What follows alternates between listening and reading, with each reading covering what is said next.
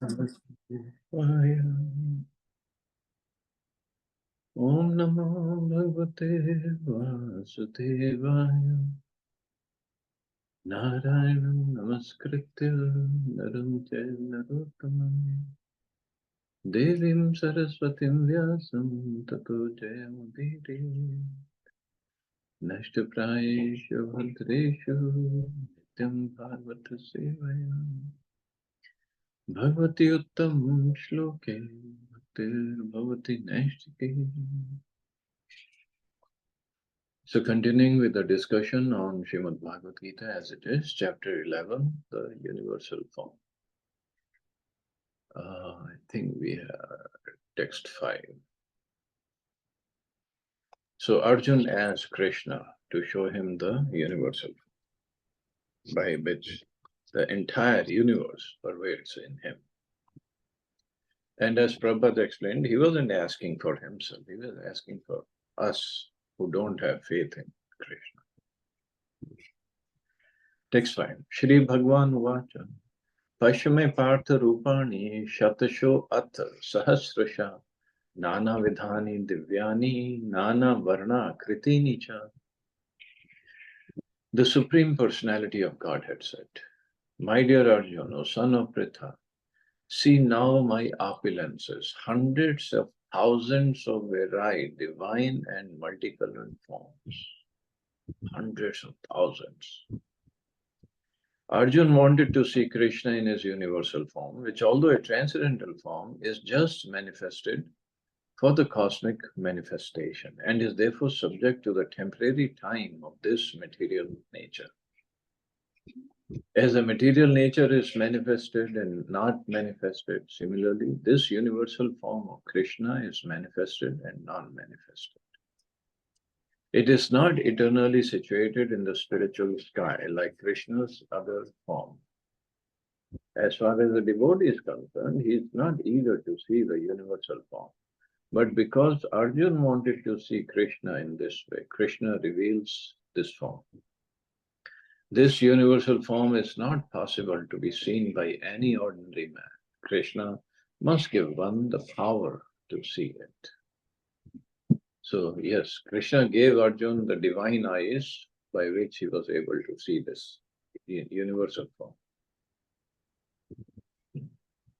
Pashyad Adityan Avasun Rudran Ashwino Marutas Bahuni Drishta Purvani Pasyacharyani Bharata. O best of the Bharats, see here the different manifestations of Adityas, Vasus, Rudras, Ashwani Kumaras, and all other demigods. Behold the many wonderful things which no one has ever seen or heard of before. So no one has ever seen before. Means in one day of Brahma, we can say, or when Krishna, like previous day of Brahma also, Krishna came and he must have shown it to Arjuna. So in one day of Brahma, no one has seen it. So even though Arjuna was a personal friend of Krishna and the most advanced of learned men, it was still not possible for him to know everything about Krishna. Here it is stated that humans have neither heard nor known of all these forms and manifestation. Now Krishna reveals these wonderful forms. Iha kastham jagat krishnam pashyadya sacharacharam vam dehe gudakesha yachanyad drishtum ichhasi. O Arjun, whatever you wish to see, behold at once in this body of mine. This universal form can show you whatever you now desire to see and whatever you may want to see in the future. Everything moving and non-moving is here completely in one place. So past, present, future, everything Arjun could see, and moving, non-moving, everything in the universe we could see at one place. No one can see the entire universe while sitting in one place. Even the most advanced scientists cannot see what is going on in other parts of the universe. But a devotee like Arjun can see everything that exists in any part of the universe. Krishna gives him the power to see anything he wants to see, past, present, and future. Thus, by the mercy of Krishna, Arjuna is able to see everything.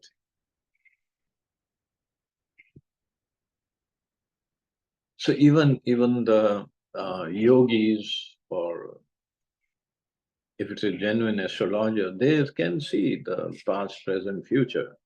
But that happens only by mercy of Krishna, not that.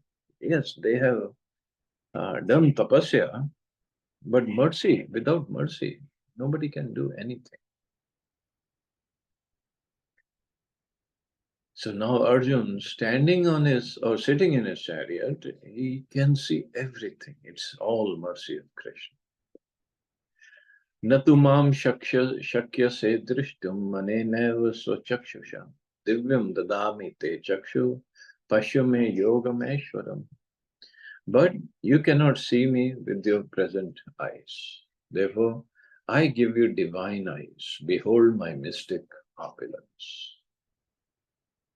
A pure devotee does not like to see Krishna in any form except his form with two hands. A devotee must see his universal form by his grace, not with the mind, but with the spiritual eyes. To see the universal form of Krishna, Arjuna is told not to change his mind, but his vision. The universal form of Krishna is not very important. That will be clear in subsequent verses. Yet, because Arjun wanted to see it, the Lord gives him the particular vision required to see that universal form. Devotees who are correctly situated in a transcendental relationship with Krishna are attracted by loving features, not by godless display of opulences. The playmates of Krishna, the friends of Krishna, and the parents of Krishna never want Krishna to show his opulences. They're so immersed in pure love that they do not even know that Krishna is the Supreme Personality of Godhead. In the loving exchange, they forget that Krishna is the Supreme Lord. In the Srimad Bhagavatam, it is stated that the boys who play with Krishna are all highly pious souls. And after many, many births, they are able to play with Krishna. Such boys do not know that Krishna is the Supreme Personality of Godhead. They take him as a personal friend. Therefore, Shukdev Goswami recites this verse. Itham satam brahma sukhanubhuteya dasyam gatanam paradevratena maya shitanam nardarkena sakam vijaru krita punya punja.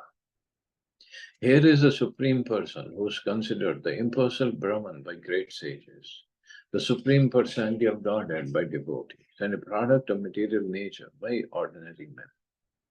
Now, these boys who have performed many, many pious activities in their past lives are playing with that supreme personality of God. So, Krishna is known as, supreme person, impersonal Brahman, supreme personality of Godhead by devotees, product of material nature by ordinary men, because that's what they believe. But that same person, Krishna, is playing with us, his boyfriends, cowherd boyfriends, and not just playing. They would sometimes jump on his shoulder, and sometimes they would even say that, because Balram and Krishna, when they would play Balram and Krishna, they would be in opposite teams. So they would go complain to Balramji that, oh, Krishna cheats a lot, we're not going to play with him. We're not going to let him play with us, because he's always cheating. So these are the devotees. These are sakhas. They don't think of him as supreme personality of God. In fact, once that Govardhan Leela was over, and Indra stopped all the rains and thunderbolts and everything, and all the Brajvasis were gone. Krishna's friends, sakhas, they had their sticks up. They said, Krishna, you will get tired, so we will hold this mountain up. This is their love for Krishna. Krishna said, no, no, no, it's okay. You can leave and I'll put this on. No, no, Krishna, you leave. We'll hold it up and then we'll meet you outside. Krishna said, okay. He just tilted Govardhan a little on one side and all the sticks of sakhas, they broke. They said, okay, okay, okay, Krishna, you can hold it up. We are leaving, so you come out. Be safe. This is how they treat Krishna. And when Krishna came out, he put Govardhan on his spot. And then Indra came with Surabhi cow and and the whole paraphernalia. He begged for forgiveness. He took Krishna on one side. The Sakhas were, because Sakhas, first they saw Indra, huge person, and bowing down to Krishna. And this big cow, Survi cow came. So they were afraid in one sense, but they wanted to see what's going on, because all they wanted was Krishna to be safe. They didn't trust anybody. So they were hiding behind the bushes and seeing what's happening. So Indra paid obeisances to Krishna. So they were happy. So he's not an enemy. And then Indra did Arti of Krishna. Krishna, little boy, he was 7 years old at that time. And Indra did the whole Arti. And after the Arti was over, just like in temples, we have Arti, first incense and then the lamp, and in the end, chamar and peacock fan. So after the Arti was over, Indra left.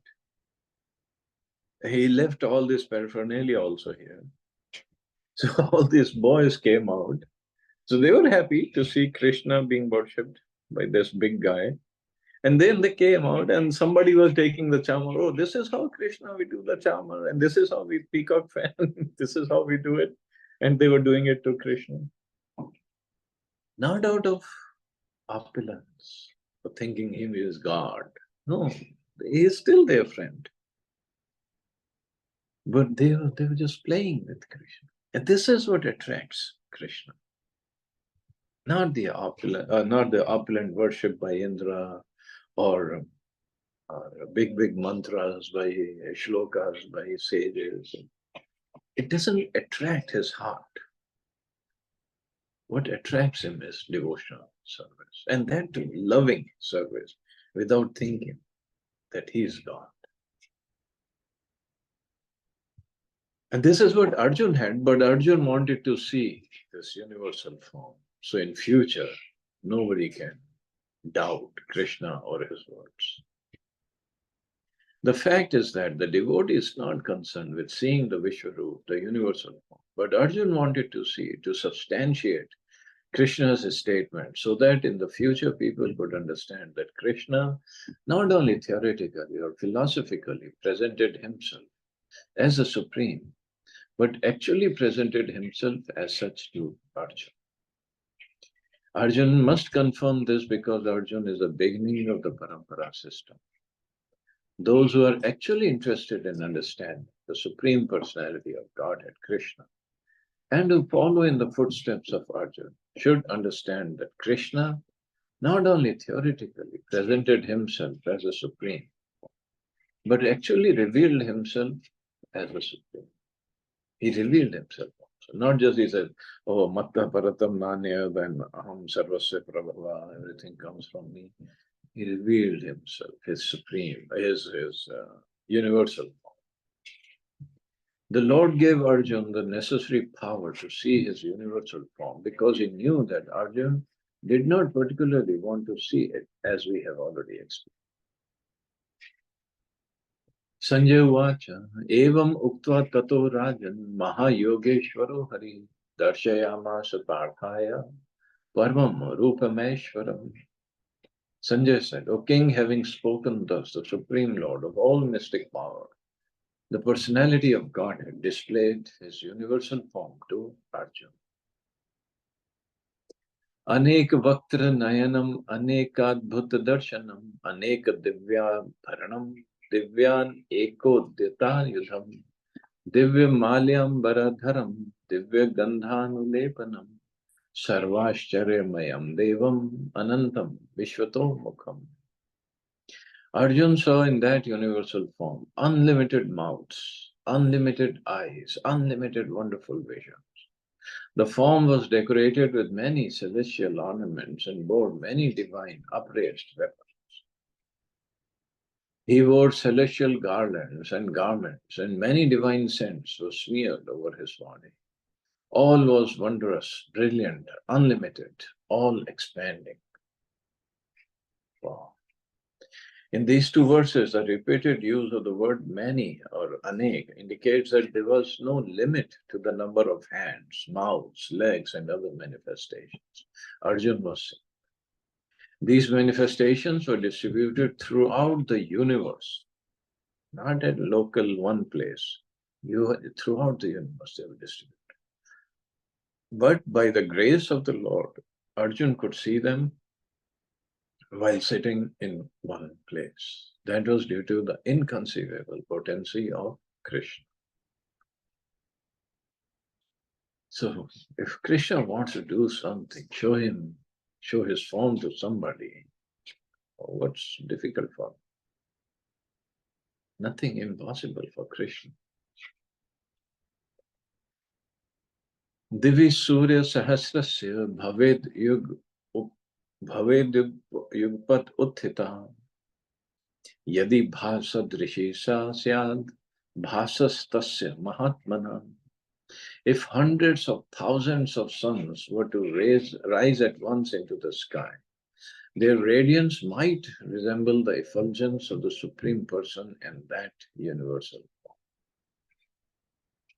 What Arjun saw was indescribable, yet Sanjay is trying to give a mental picture of that great revelation to Dhritarashtra. Neither Sanjay nor Dhritarashtra was present, but Sanjay, by the grace of Vyas, could see whatever happened. Thus, he now compares the situation, as far as it can be understood, to an imaginable phenomena, that is, thousands of suns. Although Dhritarashtra had never seen sunlight, but still, just to give him an idea what is going on over there. Tatraikastam Jagat Krishnam Prabhibhaktam Anekadha Apashyat Deva Devasya Sharire Pandavas Tada. At that time, Arjun could see in the universal form of the Lord the unlimited expansions of the universe, situated in one place, although divided into many, many thousands.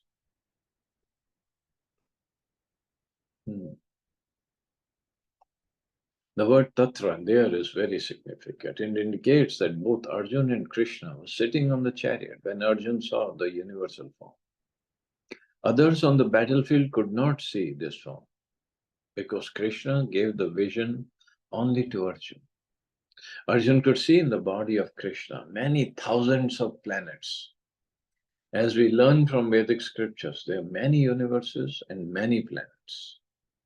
Some of them are made of earth, some are made of gold, some are made of jewels, some are very great, some are not so great, etc. So sitting on his chariot, Arjun could see all these, but no one could understand what was going on between Arjun and Krishna because they were not allowed to see. All they could see was Krishna and Arjun sitting on the chariot in the middle of the two armies. That's all. But what they were talking about, what this universal form Krishna showed to Arjun, they could not see. So again, it all depends on the mercy of Krishna and his relationship with that devotee.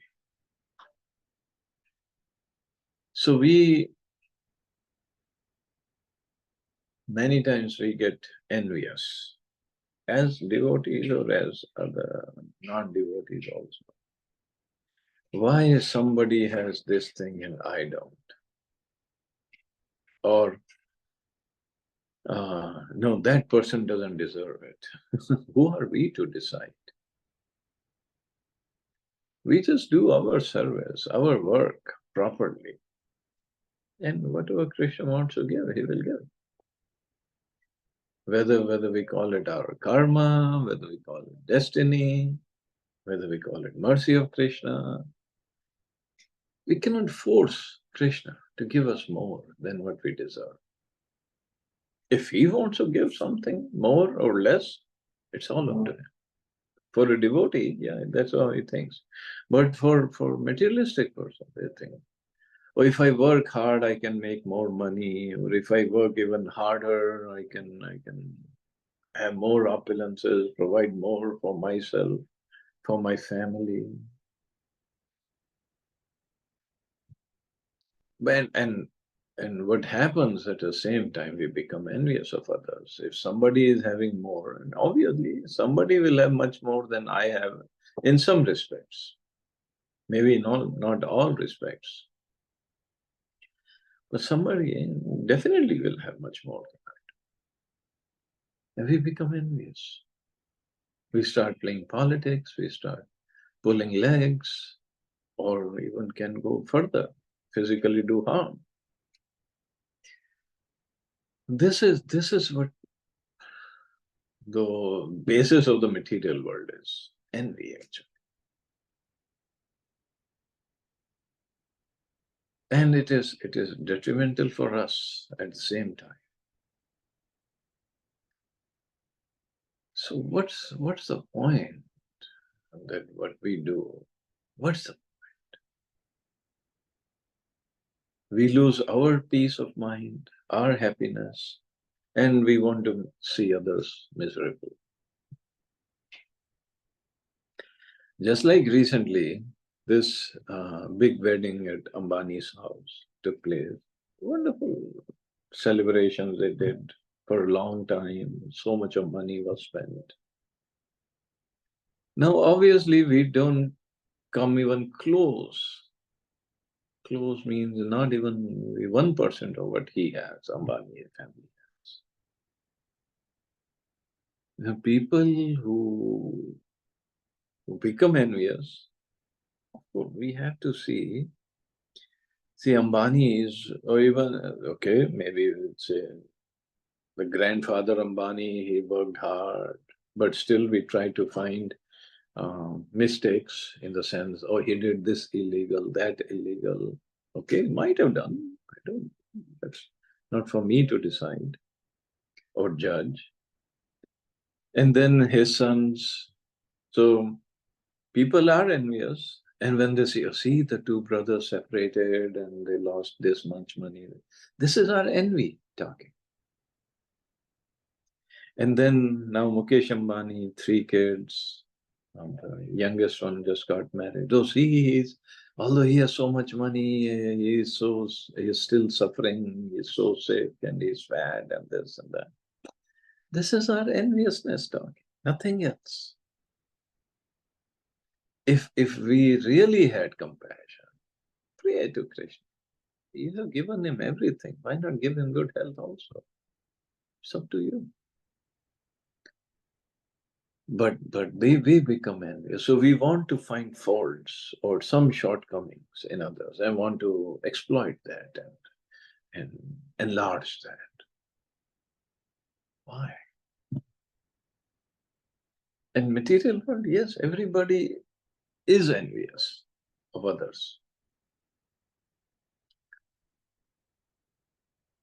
And just like in demons and demigods also, this enviousness. Demons want what demigods have. So they keep on fighting. Demigods also, like Indra becomes, many times he becomes envious of what others have, whether they have beautiful wife or more austerities they're performing. So in the end, it's so much of envy.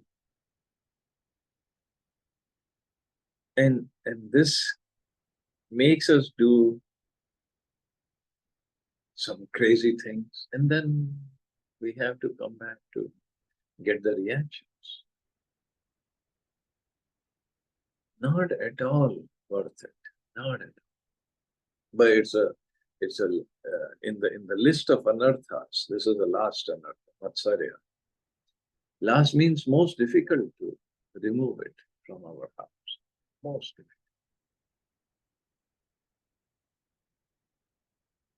So only way to remove it is first understanding philosophically.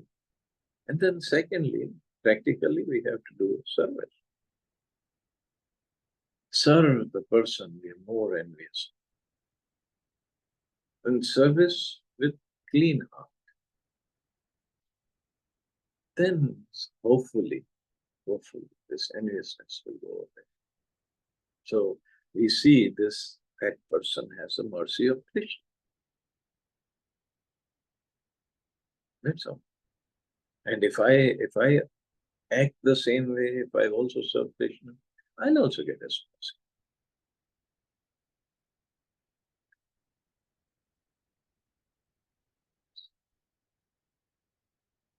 Tatah sa vismaya vishtu vrishtaroma dhananjaya pranamya shirsa devam kritanjali rabhashatu. Then bewildered and astonished, his hair standing on end, Arjun bowed his head to offer obeisances and with folded hands began to pray to the Supreme Lord. Once the divine vision is revealed, the relationship between Krishna and Arjun changes immediately. Before, Krishna and Arjun had a relationship based on friendship. But here, after the revelation, Arjun is offering obeisances with great respect and with folded hands. He is praying to Krishna. He is praising the universal. Thus, Arjuna's relationship becomes one of wonder rather than friendship. Great devotees see Krishna as a reservoir of all relationships. In the scriptures, there are 12 basic kinds of relationships mentioned, and all of them are present in Krishna. It is said that he is the ocean of all the relationships exchanged between two living entities, between the gods, or between the Supreme Lord and his devotees. So he is the ocean, everything comes from him. Here Arjun was inspired by the relationship of wonder, and in that wonder, or Adbhut Rasa, right? He's an Adbhut. In that wonder, although he was by nature very sober, calm, and quiet, he became ecstatic. His hair stood up. See, remember second chapter or end of first chapter, when Arjun did not want to fight, he was giving different reasons. That time also it was mentioned, his hair stood up, his hairs were standing up. But that was maybe because of confusion. But here, hairs are standing up because of ecstasy. And he began to offer his obeisances unto the Supreme Lord with folded hands. He was not, of course, afraid. He was affected by the wonders of the Supreme Lord. The immediate context is wonder. His natural, loving friendship was overwhelmed by wonder, and thus he reacted this way. So no more friendship now. And he was in this awe and reverence, seeing the universal form. But now again, Arjun will speak some verses, and Krishna didn't want this kind of relation. So he'll show his two hands form, and again, of course, his Yogamaya will act on Arjun. He'll come back to his natural position of friendship with Krishna. So I guess we can stop here. See anybody has any questions or comments? Yes, Prabhuji. I had a couple of questions. एक तो ये कि I don't know if I have missed it. The fact जब ये विराट रूप दिखाया था कुरुक्षेत्र में, were the Kauravas able to see the Virat रूप? No. Oh, okay. Not even Kauravas, his own brothers, Bhishma Pitama, they could not see it. They couldn't see it. Yeah. Because they didn't have those divine eyes. Yes. Okay. And secondly, I mean, it's not a question, but more of a comment. You see my entry into all this, you know, जो मैं सुन रहा हूँ, attend करता हूँ classes, it was more of a, you know, political requirement than really to begin with. मैं कोई भक्ति थी मेरे अंदर या मतलब मैं कुछ करना चाहता था. It was more out of political, ये बोलो कि compulsion. कि you know, when you hear about a lot of, you know, anti-Hindu things happening all over the world, those sentiments, तो मैं जानना चाहता था कि ये है क्या. And I came across, like in the beginning, I had joined the Shinmaya mission, whom, you know, we normally comment as the Mayavadis and, you know, all those things. तो मेरे को internally I had no कोई understanding नहीं थी, कुछ नहीं थी कि कौन मायावादी है कौन है. I mean, it was just like everybody is a Hindu for me, because in today's world ये जो मुसलमानों का चक्कर चल रहा है, ये कल को देखेंगे नहीं कि कौन इस्कॉन का है कि कौन मायावादी है. उन्होंने तो गले काटने हैं सबके. Anybody who's a Hindu, no matter which sect or where does he come from, what belief system he comes from, he has to be killed. तो इसलिए वो हिंदूज को यूनाइट करने के लिए, you know, that barrier has to go, whether you know you belong to this or that. So will it not be a good idea to kind of uh, stop comparing and just be on our own? See, I mean, there is no animosity between ISKCON or Chinmaya Mission or other Mayavadis. There's no fight. The only difference is in the philosophy. That's right. That's Yes. all. Yeah. There is no fight. We respect everybody. If I have to meet anybody, I'll meet with respect and love. There is no fight as such from the person. It's just a philosophy. Makes the difference. That's all. There's nothing wrong. And in fact, why talk about Hindus only? Even if I meet with a Muslim guy and Christian, I have all my office, everybody's a Christian, so there is no fight. And somebody actually left a book in our kitchen area on Christianity, not Bible, but small book. I'm the one who picked it up because I wanted to learn more about Bible and Jesus Christ. Of course, from my perspective, it is more for preaching perspective. But at the same time, Jesus Christ cannot be an ordinary person. Is not an ordinary person who has given so much for human beings. So why not to learn more about him? So between humans, there is no fight. It's just the philosophy, where we stand. That's all. No, I mean, yes, I agree with you.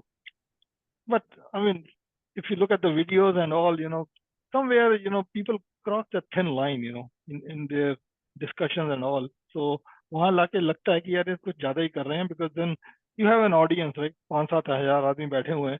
If you cross that line, then you are you tend to influence some of them, and who will in turn, you know, go further down. It kind of goes into a vicious circle. True, so one has to be careful with what he says. One has to be very careful. And especially these days, as you said, with all the things going on. Yeah. और तीसरा एक और है कि I don't know, I mean, how much research has been done, और कितना कि ये जो हम देखते हैं कि ये जो क्रिश्चियंस का क्रूसेडर हुआ था, क्रूसेड्स हुए थे, और इस्लाम में तो आज तक चल रहा है सब, you know, ये have the Hindus gone through those times in the past? Have they learned from it, or they were never into these kind of crusades or Hinduism? Yeah, well, see, India did go through plenty. I mean, we talk about crusaders when Portuguese came to Goa. Goa was a Portugal colony. They didn't come to the mainland, or they did come only for some local areas, not huge area like British did. So Portuguese who came to Goa, and the thing is, they've all come as business, that's it. They came, they killed so many Hindus. This they call him Saint Xavier. So he was a main culprit of killing. First, he ordered his army to cut off the hands of Hindus, and because he wanted them to convert, they didn't convert. They cut off their hands, cut off the breasts of women, rape them, kill them in thousands and thousands. And the problem is, because we've been after independence also, our political system was not very conducive for India's growth or Hinduism growth. They just covered all these stories up. And the Saint Xavier, they call him Saint Xavier Church, big churches there in Goa, and colleges, universities are in his name. If you read about what he did, won't even want to take his name. Forget about call him saint. So these are the things. Yes, Hindus have gone through a lot. But at the same time, now I guess the time is coming back for the revival, and things are changing. So things are changing all over the world, actually, not just in India. Is there a data being maintained, kind of some kind of a statistics in ISKCON, because they are very well organized? कि कितना increase हो रहा है, how many people are joining this movement? ऐसा कुछ है? I mean, which indicates that there is a rise, a drastic rise? I doubt it if overall ISKCON has any database like that. But yes, increasing in terms of temples, number of temples opening up. The footfall in every temple is increasing, preaching is increasing, book distribution is increasing. So that way, yes. But as you said, there's no database being kept right now. Maybe in future somebody will. Right. And one last question. My interest slowly has been developing into, we read Gita, that's fine. I mean, I wanted to also read Mahabharata. I have those 6 volumes in my cupboard, but abhi tak time nahi mila. But more of in my head, I want to structure ki iske sources kahan hai. So Bhagavatam, I know I missed it. I don't actually get time to, attend those classes. So is Bhagavatam totally in line with the Mahabharata and Gita? Yeah, it's a collection of different stories which may not be directly related to the happenings of Mahabharata and Gita. I mean, what I want to know is that if I have to read about certain characters, individuals, is it a continuation? Like mere dimag mein jo aa raha ki is it in continuation of Mahabharata, where it ends, Bhagavatam takes over, or wherever Bhagavatam ends, Mahabharata comes in, or was it part of it? Is Mahabharata part of this one? Mahabharata, the war. I mean, first the whole history of Pandavas and Kurus, and then it ends in the war. And after the war was over, so Yudhishthira Maharaj was made the king. Pandavas were with him. Krishna went back to Dwarka. And from Dwarka, then Krishna unmanifested his pastime. So he also left. So once he left, Arjun had gone to see him, but he was gone. And Arjun brought back the queens because they could not be left alone in Dwarka, some of the queens. So he was bringing them back, and Krishna again appeared as thieves. So they defeated Arjun, and Krishna took away all these queens. So Arjun came back alone, told Yudhishthira Maharaj whatever happened, and immediately Yudhishthira Maharaj, he said, enough, Krishna is gone, so I cannot be on the kingdom throne. I'm also going to leave. So he left the kingdom.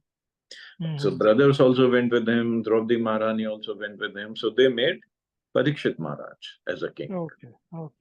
So then Parikshit Maharaj, this incident happens when he was grown up and he went to the forest. and he was not treated properly by a sage, although the sage was in his meditation. So he did something and he got cursed. So finally, then Parikshit Maharaj came to Shukratal. So where he sat down, Shukdev Goswami came and Shukdev Goswami spoke Bhagavatam. Okay. So yes, it's in continuation, but Bhagavatam, it's a different set of stories about Krishna's incarnations, about different devotees, and it's finally it takes into culmination with Krishna's pastimes. 10th canto is all Krishna's pastimes. Right. So Bhagavatam is more geared towards bhakti. It only teaches about bhakti. Okay. Mahabharata teaches other things also, but Bhagavatam is only about bhakti. Okay. Yeah, that helps. Okay. So that's what it is. Okay. Thank you. Thank you, Prabhuji. Okay, thank you, Prabhu. Thank you, Mata. Hare Krishna. Jai Srila Prabhupada. Prabhuji, Jai Srila Prabhupada. Yes.